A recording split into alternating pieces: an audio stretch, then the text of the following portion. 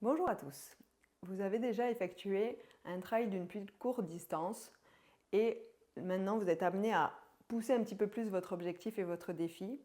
Aujourd'hui, je vais vous donner différentes astuces et conseils pour anticiper et gérer les coups de mou sur des moyennes distances. Déjà, vous allez devoir essayer d'identifier vos moments un peu plus critiques. Par exemple, des phases autour du 15-25 km. C'est très connu au niveau du marathon qu'il existe un mur. Mais en trail, il peut y avoir des coups de mou particuliers, notamment dans des montées vraiment que vous auriez identifiées ou dans des descentes un peu plus techniques. Donc si vous commencez à identifier votre parcours, à le visualiser, à vous en imprégner, vous allez être un peu plus prêt mentalement et y mettre moins de stress et vous préparer en termes d'anticipation. Et vous allez pouvoir peut-être éviter certains coups de mou. Vous allez, qui plus est, vous donner des petites choses mentales, un discours interne vraiment positif. Vous répétez vos qualités, vos forces, vos compétences. Et ça, c'est des choses sur lesquelles vous pouvez vous appuyer. C'est votre socle. Et c'est un socle mental. Et n'hésitez pas, c'est comme si vous aviez votre petit ange à côté de vous qui vous disait « Allez, tu peux le faire, tu es capable ». Et c'est presque comme si vous aviez votre meilleur ami qui vous accompagne et qui est avec vous. Qui plus est, si vous connaissez un petit peu votre parcours, mentalement, vous pouvez utiliser des personnes ressources que vous allez projeter juste mentalement, qui ne seront pas vraiment là, à des endroits clés. Et mentalement, vous allez peut-être leur sourire et ça va vous redonner un petit gain physique et mental. Vous allez pouvoir aussi presque vous entendre dire des phrases qu'elles pourraient vous donner d'encouragement et ça va vous aider, ça va vous rebooster.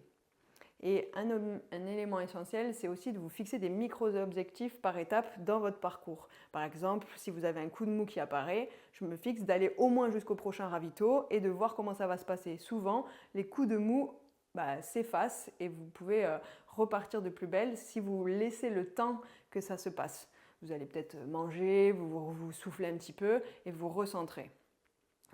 Je vais vous donner un conseil justement pour vous recentrer. Vous prenez quelques secondes peut-être pour respirer.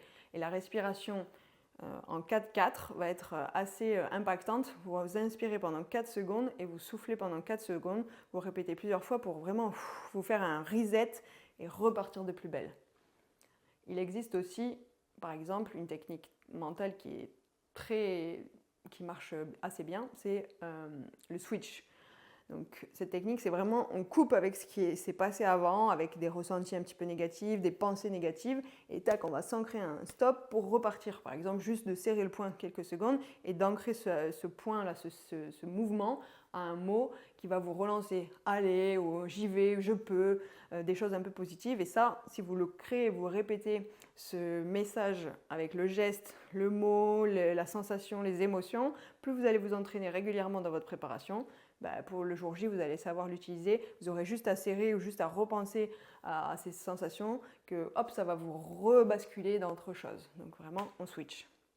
Et puis, je voudrais conclure avec le fait que dans un trail, rien ne se passe comme prévu. Et du coup, vous allez peut-être avoir une espèce de frustration de ce que vous aviez prévu dans votre plan idéal, au niveau de vos temps, au niveau de vos ressentis, tout ça. Il faut être prêt à accepter, accepter cet imprévu, accepter, ajuster, relancer, rebondir. Et c'est ça votre force. C'est en vous, vous êtes entraîné, vous êtes prêt, vous êtes capable d'atteindre votre objectif, vous avez les clés. Et moi, je vous souhaite une bonne course.